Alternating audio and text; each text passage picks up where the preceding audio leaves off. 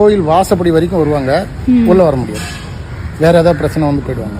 இந்த கோயிலுக்குள்ள வர ஆரம்பிச்சுட்டாலே அவனுக்கு நல்ல நேரம் ஆயிடுச்சுன்னு அர்த்தம்.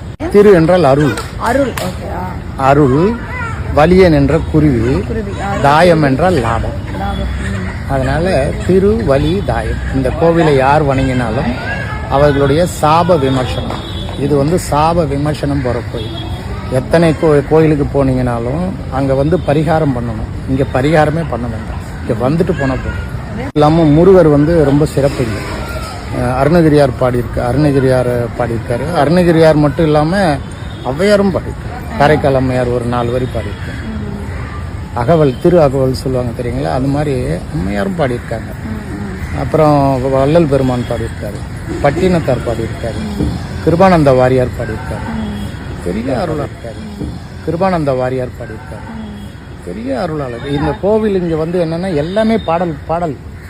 இந்த ஊருக்கு வரும்போதே பாடல் பாடிட்டு தான் வருவாங்க. அதனால இது பாடி என்று பாடி. உங்களுக்கு ரொம்ப நன்றி ஐயா. இந்த சிவனோட அருளும் எங்களுக்காக நீங்க பிரார்த்தனை பண்ணிக்கோங்க. அந்த சிவனோட அருளும் இங்க இருக்க முருகனோட அருளும் எல்லாருக்கும் வரணும். அருணகிரிநாதர் பாடல் பெற்ற ஸ்தலம் இது. குரு ஸ்தலம் சொல்லுவாங்க. இது ஒரு புண்ணிய ஸ்தலம். அதெல்லாம் சாப விமோசனம் புதுசா இது ரொம்ப பெரிய விஷயம். எனக்கே தெரியல. நிக்க முடியாது. இந்த ஒரு ஞானத்தை அந்த முருகரும் ரொம்ப கஷ்டம் கொடுத்திருக்காரு.